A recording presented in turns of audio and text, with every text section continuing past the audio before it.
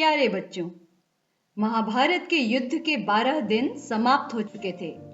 अर्जुन के हाथों महान योद्धा भगदत्त और शकुनी के 2 वीर पुत्र वृषक एवं कचक भी मारे जा चुके थे। कौरव सेना पूरी तरह से बौखलाई हुई थी और बदले के लिए अगले दिन के युद्ध का इंतजार कर रही थी। अब आगे 13वें दिन समशप्तकों ने अर्जुन को युद्ध के लिए ललकारा। अर्जुन भी चुनौती स्वीकार करके उनके साथ लड़ता हुआ दक्षिण दिशा की ओर चला। नियत स्थान पर पहुंचने पर अर्जुन और समशप्तकों के बीच घोर संग्राम छिड़ गया। अर्जुन के दक्षिण की ओर चले जाने के बाद द्रोणाचार्य ने चक्रव्यूह की रचना की और युधिष्ठिर पर धावा बोल दिया।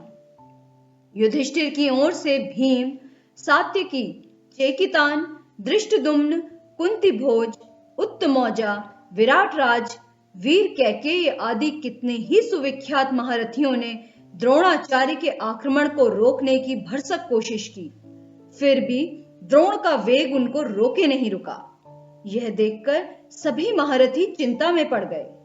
सुभद्रा का पुत्र अभिमन्यु अभी बालक ही था, फिर भी अपनी रण कुशलता और शूरता के लिए वह इतना प्रसिद्ध हो चुका था कि लोग उसको कृष्ण और अर्जुन की समता करने वाला समझते थे। युधिष्ठिर ने इस वीर बालक को बुलाकर कहा, बेटा, द्रोण के रचे हुए चक्रव्यूह को तोड़ना हमारे और किसी वीर से नहीं हो सकता। अकेले तुम ही हो जिसके लिए द्रोण के बनाए इस चक्रव्यूह को तोड़ना संभव है। तुम द्रोण की सेना पर आक्रमण करने को तैयार हो? यह सुनकर अभिमन्यु बोला, महाराज, इस चक्रव्यूह में प्रवेश करना तो मुझे आता है, पर प्रवेश करने के बाद कहीं कोई संकट आ गया तो व्यूह से बाहर निकलना मुझे याद नहीं है। युधिष्ठिर ने कहा, बेटा, व्यूह को तोड़कर एक बार तुम भीतर प्रवेश कर लो, फिर तो जिधर से तुम आगे बढ़ोगे उधर से ही हम तुम्हारे पीछे पीछे चले जाएंगे और तुम्हारी मदद को तैयार रहेंगे। युधिष्ठिर की बातों का समर्थन करते हुए भीमसेन ने कहा, तुम्हारे ठीक पीछे पीछे मैं चलूंगा। धृष्टद्युम्न, सात्यकी आदि वीर भी अपनी अपनी सेनाओं के साथ तुम्हारा अनुकरण करेंगे। एक बार तुमने व्यूह को तोड़ दिया तो फिर यह निश्चित समझना कि हम सब कौरव सेना को तहस नहस कर डालेंगे। यह सब सुनकर बालक अभिमन्यु को अपने मामा श्री कृष्ण और पिता अर्जुन की वीरता का स्मरण हो आया। बड़े उत्साह के साथ वह बोला, मैं अपनी वीरता और पराक्रम से मामा श्री कृष्ण और पिताजी को अवश्य प्रसन्न करूंगा। सुमित्र, वह देखो, द्रोणाचार्य के रथ की ध्वजा, उसी ओर रथ चलाओ, जल्दी करो। अपने सारथी को उत्साहित करते हुए अभिमन्यु ने कहा और सारथी ने भी उसी ओर रथ चलाया। अभिमन्यु की आज्ञा मानकर सारथी ने उधर रथ बढ़ा दिया। कौरव सेना में हलचल मच गई। अरे, अभिमन्यु आया और उसके पीछे पीछे पांडव वीर भी चले आ रहे हैं। द्रोणाचार्य के देखते देखते उनका बनाया हुआ व्यूह टूट गया और अभिमन्यु व्यूह के अंदर दाखिल हो गया। कौरव वीर एक एक करके अभिमन्यु का सामना करने आते गए और इस प्रकार कूच करते गए कि जैसे आग में पतंगे भस्म हो जाते हैं। जो भी सामने आया उस बालवीर के बाणों की मार से मारा गया। जैसे कि पहले तय हुआ था, पांडवों की सेना अभिमन्यु के पीछे पीछे चली और जहां से व्यूह तोड़कर अभिमन्यु घुसा था वहीं से व्यूह के अंदर प्रवेश करने लगी। यह देखकर सिंधु देश का पराक्रमी राजा जयद्रथ, जो धृतराष्ट्र का दामाद था, अपनी सेना को लेकर पांडव सेना पर टूट पड़ा। जयद्रथ ने ऐसी कुशलता और बहादुरी से ठीक समय पर व्यूह की टूटी हुई किलेबंदी को फिर से पूरा करके मजबूत बना दिया कि जिससे पांडव बाहर ही रह गए। अभिमन्यु व्यूह के अंदर अकेला रह गया, परंतु अकेले अभिमन्यु ने व्यूह के अंदर ही कौरवों की उस विशाल सेना को तहस नहस करना शुरू कर दिया। जो भी उसके सामने आता खत्म हो जाता था। दुर्योधन का पुत्र लक्ष्मण अभी बालक था, परंतु उसमें वीरता की आभा फूट रही थी। उसको भय छू तक नहीं गया था। अभिमन्यु की बाण वर्षा से व्याकुल होकर जब सभी योद्धा पीछे हटने लगे तो वीर लक्ष्मण अकेला जाकर अभिमन्यु से भिड़ गया। वह वीर बालक भाले की चोट से तत्काल मृत होकर गिर पड़ा। यह देखकर कौरव सेना आर्त स्वर में हाहाकार कर उठी। अभिमन्यु का इसी क्षण वध करो, दुर्योधन ने चिल्लाकर कहा, और द्रोण, अश्वत्थामा, बृहदबल, कृतवर्मा आदि 6 महारथियों ने अभिमन्यु को चारों ओर से घेर लिया। द्रोण ने कर्ण के पास आकर कहा, इसका कवच भेदा नहीं जा सकता, ठीक से निशाना साधकर इसके रथ के घोड़े की रास काट डालो और पीछे की ओर से इस पर अस्त्र चलाओ। कर्ण ने यही किया। पीछे की ओर से बाण चलाए गए, अभिमन्यु का धनुष कट गया, घोड़े और सारथी मारे गए, वह रथ विहीन हो गया।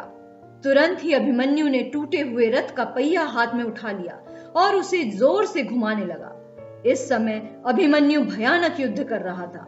यह देखकर सारी सेना एक साथ उस पर टूट पड़ी। उसके हाथ का पहिया चूर चूर हो गया। इसी बीच दुशासन का पुत्र गदा लेकर अभिमन्यु पर टूट पड़ा। इस पर अभिमन्यु ने पहिया फेंक कर गदा उठा ली और दोनों आपस में भिड़ गए। दोनों में घोर संग्राम छिड़ गया। एक दूसरे पर गदा का भीषण वार करते हुए दोनों ही राजकुमार आहत होकर गिर पड़े। दोनों ही हड़बड़ाकर उठने लगे। दुशासन का पुत्र जरा पहले उठ खड़ा हुआ। अभिमन्यु अभी उठ ही रहा था कि दुशासन के पुत्र ने उसके सिर पर जोर से गदा प्रहार किया। यूं भी अभिमन्यु अब कईयों से अकेला लड़ते हुए घायल हो चुका था और थककर चूर हो रहा था। गदा की मार पड़ते ही उसके प्राण पखेरु उड़ गए। समशप्तकों का संहार करने के बाद युद्ध समाप्त करके अर्जुन और श्री कृष्ण अपने शिविर को लौट रहे थे। अर्जुन श्री कृष्ण से बोला, जनार्दन, मेरा मन घबराया हुआ है, मैं भ्रांत सा हो रहा हूं। सब भाई कुशल से तो होंगे। आज अभिमन्यु अपने भाइयों के साथ हंसता हुआ मेरा स्वागत करने क्यों नहीं दौड़ के आ रहा? ऐसी ही बातें करते हुए दोनों शिविर के अंदर पहुंचे। किसी के कुछ ना कहने पर भी अर्जुन ने परिस्थिति देखकर अपने आप ही सब बातें ताड़ ली और तब उससे रहा नहीं गया। सब कुछ जान जाने पर वह बुरी तरह से बिलखने लगा। श्री कृष्ण की बातें सुनकर अर्जुन कुछ शांत हुआ। उसने अपने इस वीर पुत्र की मृत्यु का सारा हाल जानना चाहा। उसके पूछने पर युधिष्ठिर बोले, मैंने ही अभिमन्यु से कहा था कि चक्रव्यूह को तोड़कर भीतर प्रवेश करने का हमारे लिए रास्ता बना दो, तो हम सब तुम्हारा अनुकरण करते हुए व्यूह में प्रवेश कर लेंगे। मेरी बात मानकर वीर अभिमन्यु इस अभेद व्यूह को तोड़कर अंदर घुस गया। हम भी उसी के पीछे पीछे चले। हम अंदर घुसने ही वाले थे कि पापी जयद्रथ ने हमें रोक लिया। उसने बड़ी चतुरता से टूटे हुए व्यूह को फिर से ठीक कर दिया। हमारे लाख प्रयत्न करने पर भी जयद्रथ ने हमें प्रवेश नहीं करने दिया। इसके बाद हम तो बाहर रहे और अंदर कई महारथियों ने एक साथ मिलकर उस अकेले बालक को घेर लिया और मार डाला। युधिष्ठिर की बात पूरी भी ना हो पाई थी कि अर्जुन आर्त स्वर में हाँ बेटा कहकर मूर्छित होकर गिर पड़ा। चेत आने पर वह उठा और दृढ़ता पूर्वक बोला, जिसके कारण मेरे प्रिय पुत्र की मृत्यु हुई है, उस जयद्रथ का मैं कल सूर्यास्त होने से पहले वध करके रहूंगा। यह मेरी प्रतिज्ञा है। यह कहकर अर्जुन ने गांडीव पर जोर की टंकार की। सिंधु देश के सुप्रसिद्ध राजा वृद्धशत्र के पुत्र जयद्रथ को जब अर्जुन की प्रतिज्ञा का हाल मालूम हुआ तो वह दुर्योधन के पास गया और बोला, मुझे युद्ध की चाह नहीं है, मैं अपने देश चला जाना चाहता हूं। यह सुनकर दुर्योधन ने उसको धीरज बंधाया और बोला, सैंधव, आप भय न करें, मेरी सारी सेना आपकी रक्षा करने के लिए नियुक्त की जाएगी, आप निःशंक रहें। दुर्योधन के इस प्रकार आग्रह करने पर जयद्रथ ने उसकी बात मान ली। सवेरा हुआ। शस्त्रधारियों में श्रेष्ठ आचार्य द्रोण ने सेना की व्यवस्था करने में ध्यान दिया। युद्ध के मैदान से 12 मील की दूरी पर जयद्रथ को अपनी सेना एवं रक्षकों के साथ रखा गया। उसकी रक्षा के लिए भूरिश्रवा, कर्ण, अश्वत्थामा, शल्य, वृषसेन आदि महारथी अपनी सेनाओं के साथ सुसज्जित होकर तैयार खड़े थे। अर्जुन पहले भोजों की सेना पर टूट पड़ा। कृतवर्मा और सुदक्षिण पर एक ही साथ हमला करके वह उनको परास्त करके वह श्रुता युद्ध पर टूट पड़ा। जोरों की लड़ाई छिड़ गई, श्रुता युद्ध के घोड़े मारे गए। इस पर उसने गदा उठाकर श्री कृष्ण पर प्रहार किया, परंतु निशस्त्र और युद्ध में शरीक न होने वाले श्री कृष्ण पर फेंक कर मारी गई गदा श्रुता युद्ध को ही जा लगी और श्रुता युद्ध मृत होकर गिर पड़ा। इस पर काम्भोज राज सुदक्षिण ने अर्जुन पर जोरों का हमला कर दिया, किंतु अर्जुन ने उस पर बाणों की ऐसी वर्षा की कि उसका रथ चूर चूर हो गया। उसके कवच के टुकड़े टुकड़े हो गए और छाती पर बाण लगने से काम्भोज राज हाथ फैलाता हुआ धड़ाम से गिर पड़ा।